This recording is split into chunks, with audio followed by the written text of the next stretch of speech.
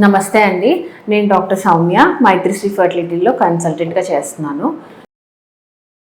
So ఇవాళ మనము egg quality అనేది ఎలా ఇంప్రూవ్ చేసుకోవచ్చు అనేది తెలుసుకుందాము. అసలు ఏ ఏజ్ గ్రూప్స్ వాళ్ళకి ఎగ్స్ అనేవి క్వాలిటీ బాగోవు ఏంటి అనేది చూద్దాం. సో నార్మల్గా మనం అనుకునేది ఏంటి అంటే 35 years ఏజ్ పైన ఉన్న వాళ్ళకి ఎగ్ క్వాలిటీ అనేది కొంత తగ్గిపోతూ ఉంటుంది. అది అందరికీ న్యాచురల్గా జరిగే ప్రాసెస్. సో ఆ 35 తర్వాత మనం ప్రెగ్నెన్సీ ప్లాన్ చేసుకోవాలి అంటే మనము దానికి తగ్గట్టుగా మన ఆహారంలో కానీ మన లైఫ్ స్టైల్లో కానీ చేంజెస్ అనేవి చేసుకోవాలి. సో ఒకవేళ పీసీఓఎస్ ఉంటే దానికి కావాల్సిన లైఫ్ స్టైల్, దానికి తగ్గట్టుగా డైట్ వేరేగా ఉంటుంది. సో నార్మల్గా ఇప్పుడు 35 years పైన మీరు ప్రెగ్నెన్సీ ప్లాన్ చేసుకుంటున్నారు.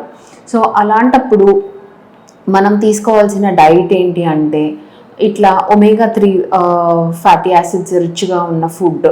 అంటే ఇప్పుడు మనము ఫిష్ కానీ లేదు అంటే చియా సీడ్స్ లాంటివి కానీ, పుచ్చకాయ గింజలు, గుమ్మడికాయ గింజలు ఇలాంటివి మనం ఎక్కువగా తీసుకోవాలి.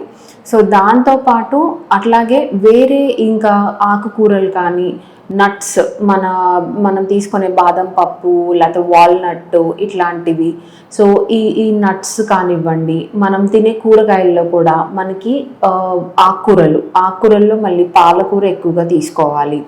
సో ఇట్లా ఆకుకూరలు, ఇంకోటి పీచు పదార్థం ఎక్కువ ఉన్న కూరలు ఇవి తీసుకుంటే మనకి కొంతవరకు ఎగ్ క్వాలిటీ అంటే నార్మల్గా వచ్చేస్తుందని కాదు, కొంతవరకు ఖచ్చితంగా మనకి హెల్ప్ అవుతుంది. మనకి ఈ ఎగ్ క్వాలిటీ ఇంప్రూవ్ అవ్వడానికి మనం చేసే డైట్ ఎఫెక్ట్ ఉండటానికి అట్లీస్ట్ ఒక 33 months అంటే 90 days. ఈ 90 days మనం ప్రాపర్గా ఈ డైట్ అనేది రెగ్యులర్గా ఫాలో అయ్యి చేస్తే కొంతవరకు మనకి ఎగ్ క్వాలిటీ ఇంప్రూవ్ అవుతుంది. అలాగే ఈ డైట్తో పాటు మనం చేయాల్సిన వేరేవి ఏంటి అంటే టైంకి పడుకోవడం.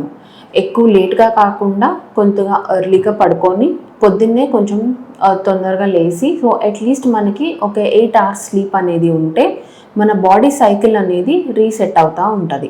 సో దానివల్ల కూడా మనకి ఎగ్ క్వాలిటీ ఇంప్రూవ్ అవడానికి హెల్ప్ అవుతుంది. అలాగే ఎక్సర్సైజ్ చాలా ఇంపార్టెంట్ రోల్ ప్లే చేస్తుందండి. మనం చేసే యోగా కానీ, మనం చేసే ఎక్సర్సైజ్ కానీ ఏం చేస్తుందంటే మన బాడీలో ఆక్సిజన్ క్యారీయింగ్ కెపాసిటీ, బ్లడ్లోనే మనకి ఆక్సిజన్ వెళ్తుంది కదా, సో అది ఎక్కువ అవుతుంది. అలాగే ఈ ఆక్సిజన్ అనేది మనకి అండాశయానికి ఎక్కువ వెళ్ళటం వల్ల కూడా ఎగ్ క్వాలిటీ అనేది ఇంప్రూవ్ అవుతుంది అన్నమాట.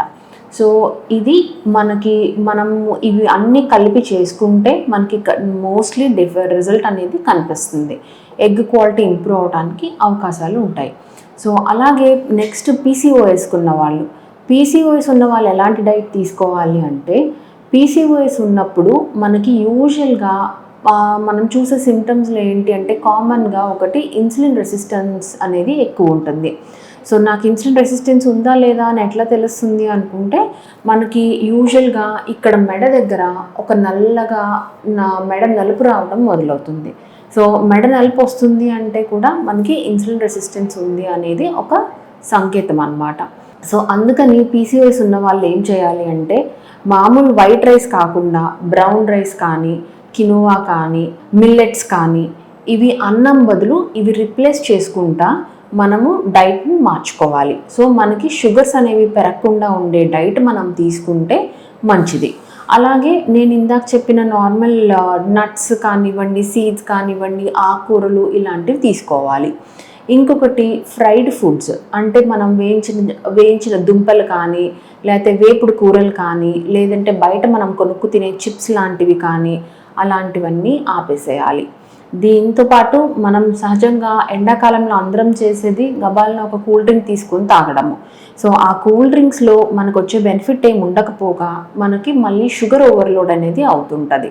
సో ఇలాంటి చిన్ని మార్పులు చేసుకుంటే మనకి ఖచ్చితంగా ఎగ్ క్వాలిటీ అనేది at least over a period of 3 monthsలో ఖచ్చితంగా ఇంప్రూవ్ అవడానికి అవకాశం ఉంటుంది.